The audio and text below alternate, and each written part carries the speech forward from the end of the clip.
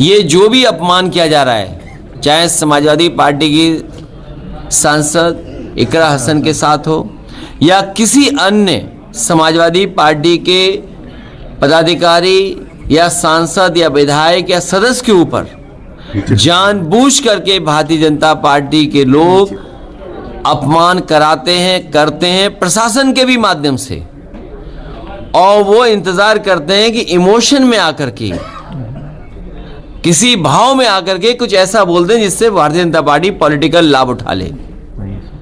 ये भारतीय जनता पार्टी की सांप्रदायिक और बंटवारे की, बांटने की, डिवाइड एंड रूल की राजनीति चलेगी नहीं। उत्तर प्रदेश की जनता, पीडीए के लोग मिलकर के भारतीय जनता पार्टी का सफाया करने जा रहे हैं इस बार। त्योहार पे बहुत बधाई आपको। और जब त्योहार है तो महंगाई महसूस कर रहे होंगे लोग। आज महंगाई उनके सामने है, और कभी गाना बना था कि महंगाई डाइन खाए जाते। तो सोचिए किस जमाने में गाना बना।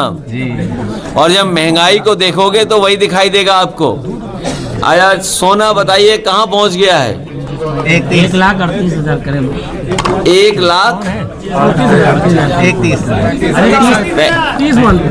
30,000 के ऊपर चला जा रहा है। और सरकार का पक्ष अलग है। एक मिनट जाइए, सरकार का पक्ष अलग है। चांदी कहाँ पहुंच गई है? सरकार दूसरा पक्ष अपना देखेगी, लेकिन कहीं न कोई षड्यंत्र, कहीं न कहीं साजिश, या कहीं न कहीं कुछ ऐसा चल रहा है जो हमें आपको नहीं पता है। कल को हो सकता है सोना नीचे कर दें। सवाल यह है कि गरीब परिवार अगर शादी करना चाहता है तो बताओ अपनी बेटी को क्या देगा, परिवार के सदस्य को क्या देगा? ये तो सोना चांदी का मामला हो गया। खाने पीने का मामला कितना महंगा है, नौकरी है नहीं, रोजगार है नहीं, और पूरी हमारी अर्थव्यवस्था चीन पर निर्भर हो गई है। हमारी पूरी अर्थव्यवस्था चीन पर निर्भर है।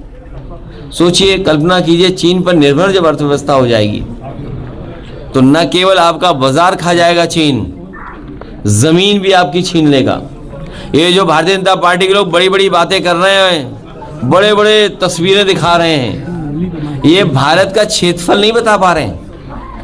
ये भारतीय जनता पार्टी के लोग जो बड़ी बड़ी बातें कर रहे हैं, भारत का क्षेत्रफल क्या है आज, या 2014 में भारतीय जनता पार्टी की सरकार जब बनी थी उस समय हमारे देश का क्षेत्रफल क्या था, और आज क्षेत्रफल क्या नहीं बता पा रही भारतीय जनता पार्टी। क्या सर समझो, आप भी पूछ लो, अगर आपको बता दें, हमें तो बता नहीं रहे, शायद आपको बता दें। अमित शाह जी ने एक आरजेडी की सूची देखी है, उसमें शहाबुद्दीन के बेटे को टिकट दिया गया है, तो उन्होंने चिंता जाहिर की है और कहा है कि बिहार में मोदी जी और नीतीश को मिलकर सरकार बनाए। देखिए, मैं उनके कई नेताओं के भाषण सुन रहा था। परिवारवाद, ये कोई सवाल है? परिवारवाद कोई सवाल है? कोई बड़ा सवाल बनता ही है? सोना महंगा हो गया, चांदी महंगी हो गई, भ्रष्टाचार हो गया, बेईमानी हो गई, लूट हो गई, डकैती हो गई, ये इशू नहीं है। और आप कितनी सफाई से कमा रहे हैं पैसा, आप कितनी सफाई से लाभ पहुंचा रहे हो अपने लोगों को। मुनाफाखोरी, ज्यादा मुनाफा लेना भी बड़े पैमाने पे भ्रष्टाचार माना जाता है। आप मुनाफा कमाने दे रहे हो आप कुछ लोगों को। क्या इकरा हसन के समर्थन में राहुल गांधी नहीं आ सकते? क्या राहुल गांधी मिलने नहीं जा सकते इकरा हसन से? क्या सोनिया गांधी जी, प्रियंका गांधी जी मिलने नहीं जा सकती? आप इंडिया गठबंधन की आप हिस्सा है। एक महिला सांसद को, एक मुस्लिम सांसद को गाली दिया जा रहा है, सोशल मीडिया पर उन्हें आतंकवादी और मुल्ली कहा जा रहा है। और राहुल गांधी जी, अखिलेश यादव जी, आपको शर्म आया नहीं है? क्या आप उनके लिए नहीं जा सकते? आजम खान जी नहीं जा सकते?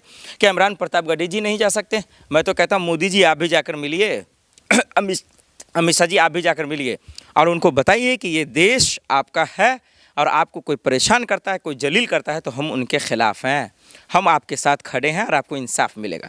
लेकिन एक लड़की, एक सबसे तेज तर्राक और सरकार के खिलाफ बोलने वाली लड़की, मुस्लिम समाज की इकरा हसन, वो अगर बोलती है, कानून व्यवस्था से सवाल करती है, योगी पुलिस से सवाल करती है, मोदी सरकार से सवाल करती है, तो इनको चुल मच जाती है, इनको मिर्ची लग जाती है, कोई इनके साथ नहीं आता।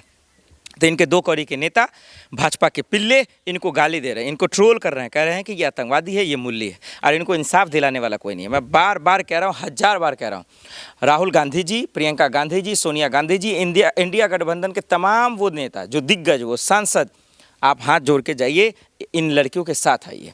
और अगर आज नहीं आते हैं तो फिर इंडिया गठबंधन का जो है ढकोसला मत दीजिए कि हम साथ साथ हैं, हम एक है। और मोदी सरकार जी, आप भी मत बोलिए सबका साथ सबका विकास है, ना तो आपका सबका साथ है ना विकास है। आप बता दीजिए कि गुंडों मवालियों के साथ ही हैं आप, सबके साथ नहीं हैं आप। अगर हैं तो फिर क्यों परेशान किया जा रहा है? इस लड़की का गुनाह क्या है? मुझे एक गुनाह तो बता दीजिए। इस सांसद का, इकरा हसन का गुनाह क्या है, ये तो बता दीजिए। आप बता नहीं सकते, आपकी हैसियत नहीं है बताने की, क्योंकि आप जानते हैं कि जो लोग आवाज़ उठाएगा, सोचिए ना, आप किसके समर्थन में आते हैं?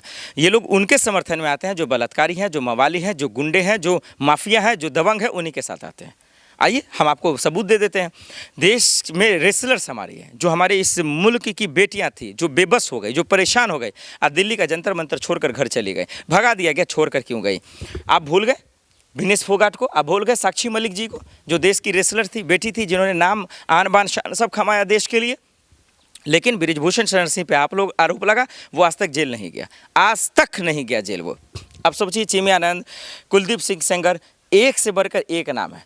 और यूपी की बात जब कर रहे हैं तो फतेहपुर में क्या हुआ?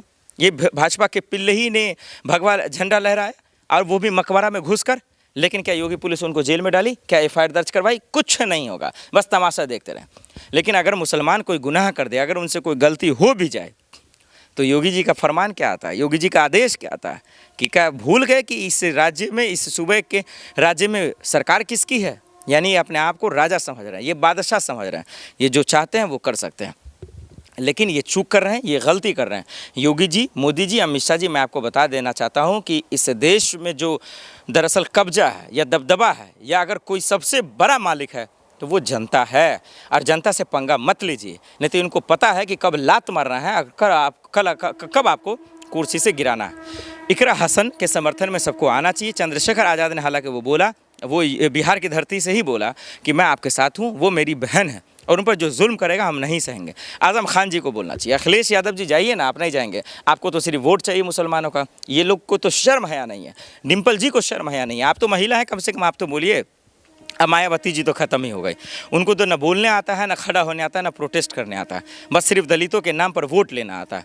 वो भी उनको भी बोलना चाहिए। असदुद्दीन ओवैसी साहब, आपको भी बोलना चाहिए, वो भी आपकी बहन है, और वो अकेले लड़ रही है। इमरान प्रतापगढ़ी जी क्या करें? तमाम इंडिया गठबंधन के नेताओं से, विपक्षी नेताओं से मैं कहना चाहता हूं कि सरकार के लोग तो ऐसा कर नहीं सकते, कम से कम आप आइए, इकरा हसन को हौसला दीजिए, और उनको जो भी बदनाम कर रहे हैं, जो प्रताड़ित कर रहे हैं, जो दो कौड़ी के लोग, कम से कम उनको सलाखों के पीछे डलवाने का काम तो कीजिए। इकरा हसन को इंसाफ तो दिला सकते हैं, या फिर बोल दीजिए कि आज के हुक्मरानों से लड़ने की आपके में ना हिम्मत है और ना हैसियत है, तो ये लोग अपने दम पर लड़ेंगे, भले ही जेल चले जाएंगे, लेकिन कम से कम लड़ कर इंसाफ तो लेने की कोशिश तो करेंगे।